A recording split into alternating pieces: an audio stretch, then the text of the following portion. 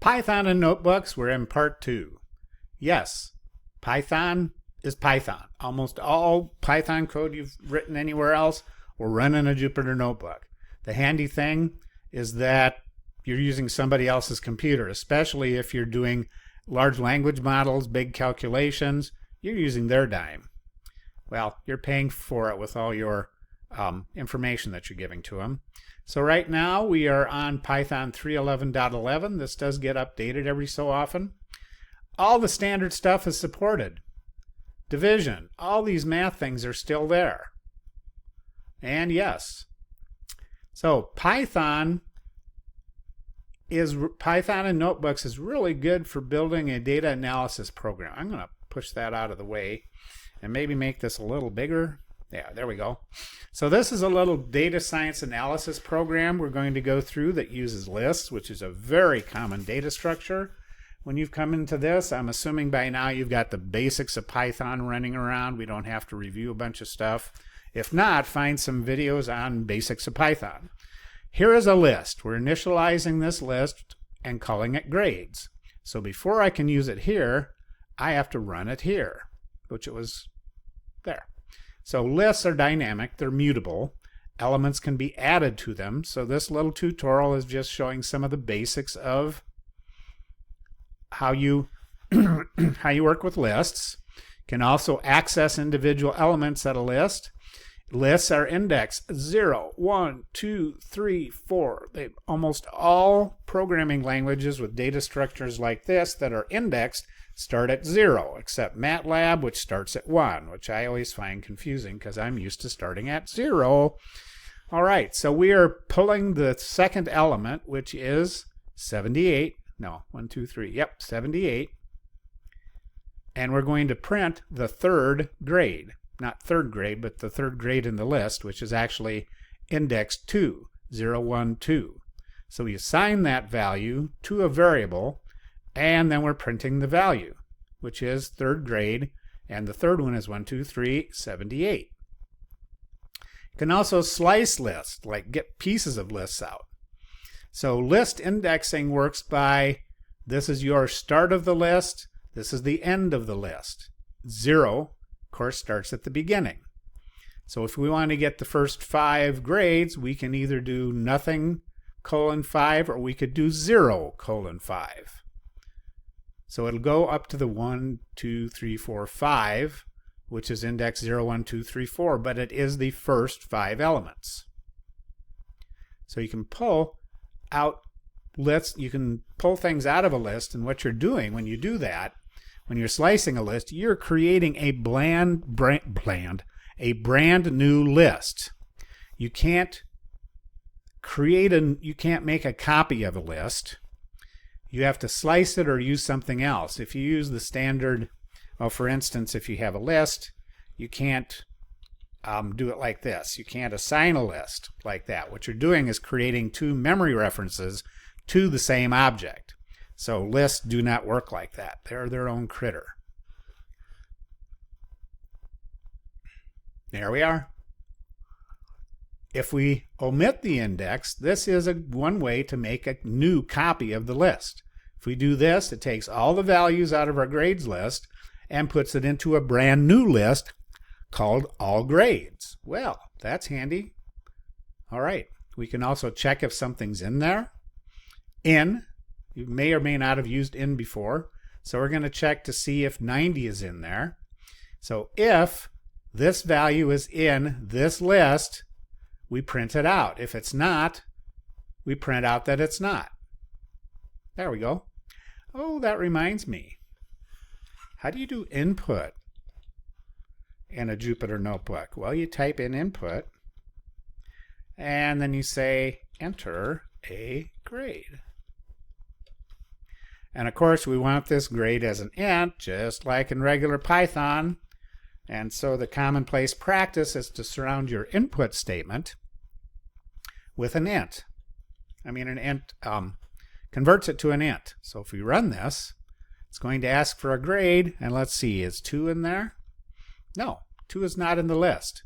Let's run it again and try another one. Let's see here, 85, is that in the list? Yes, it is. So now you know how to do input. It is exactly like regular Python. Now, if you've done any Python at all, you have done loops that loop through a list. We're going to use enumerate. So the standard way to go through a list, and I'm just going to add that up here.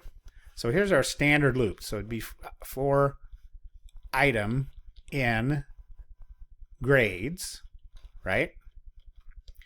We would print my F string, and we do item or grade. We'll just print it. I just like F strings. So this is the normal way, which you probably have learned before. Whoops, I printed the whole list 5 times. I just want each grade. There. So for grade and grades. Oh my. All right, so for each grade and grades, we're going to print it out. Notice I said for each. That's how I think of it. If we want to print it out horizontally, we do a little magic with our comma. I think it's and equals, and we put a space between them. I think that's right. Oh, there it is. So I can print them out either way. This is the traditional way, or this is one way to display a list, right? We can also display a list and automatically count through it. That's what enumerate does. So enumerate, if you point at it, look at there. Enumerate yields pairs containing a count and a value. How about that? So if we enumerate grades, we get each item. We also get each item's number. But it starts at 0, and that's called the off by 1 error. So we add 1 to it to get student 1, student 2, student 3. So that's a handy one that if you've not learned before, you now have a new tool in your toolbox. Of course, the length of the list can be obtained by using the len function. There are 11 grades. Now choice is kind of fun. Choice allows us to randomly get an item from a list. And I'm going to change how I do that. It's a recommended practice to do from random and then just import the code that you need. I don't know if that's an optimizing, well, it's kind of an optimizing thing. There. But you're not importing the entire random library, you're just importing this code into your program. Well, let's see what randomly selected. Oh, we got 78 that time. Oh, we got 82. So that's a nice way to go through and randomly pick things from a list. I don't need an N there, a new line space. There we go. Control Enter, yeah. So some basic statistics, data science statistics. And yes, you can do Control S to save. I just do that out of habit. That's why that thing flashes up there so much. We only need the statistics module for mean. And I'm going to do the same thing here. From statistics, import mean. And there's a bunch of other things, median, all that kind of stuff.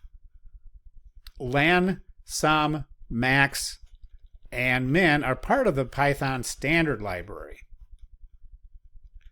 So this guy is, and statistics is also part of the built-in library in Python, but it's not part of the standard library, meaning you have to import it.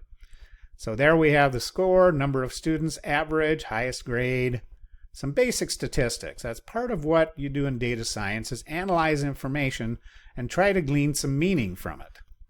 There we have it, some basic statistics with Python. Right after that, we have a full program. Adds up things, mean, run that, and we get all kinds of statistical analysis.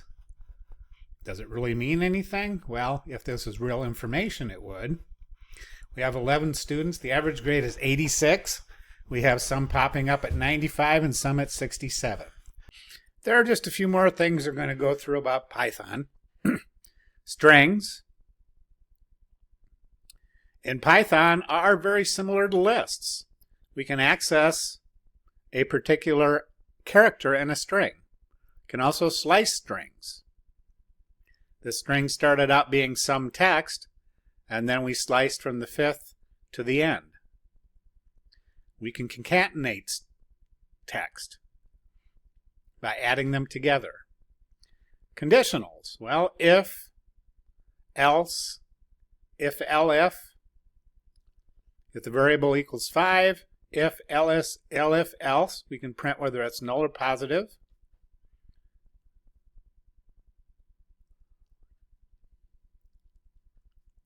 Let's go ahead and run that. It's positive. Loops execute. We've been through loops a little bit with our other program earlier, how to go through and get everything in a list. We can do it this way, which is using a range. The range has to have where we start and where we stop. To get you can get the length of the list, and then for I in range you can get 1, 3, 5, 7, 9. For each is what we used earlier. This is our standard way of going through a list.